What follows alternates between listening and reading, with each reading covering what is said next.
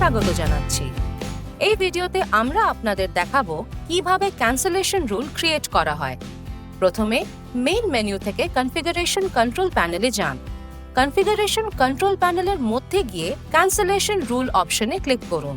এখানে আপনি add cancellation rule অপশনটি দেখতে পারবেন। এই অপশনে ক্লিক করলে একটা নতুন পেজ ওপেন হবে।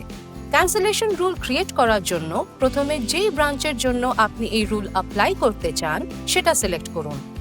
ব্রাঞ্চ সিলেক্ট করার পর আপনি ক্যান্সেলেশন বিফোর ডেজ এবং ডিডাকশন পার্সেন্টেজ অপশনগুলো দেখতে পারবেন।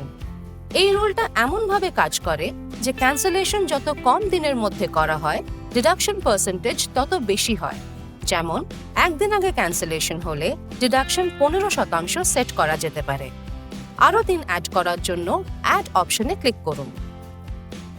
2 দিন আগে ক্যান্সেলেশন হলে ডিডাকশন 10% এবং 3 দিন আগে ক্যান্সেলেশন হলে ডিডাকশন 5% সেট করা যেতে পারে। প্রয়োজন হলে আপনি রিমার্কসও অ্যাড করতে পারেন।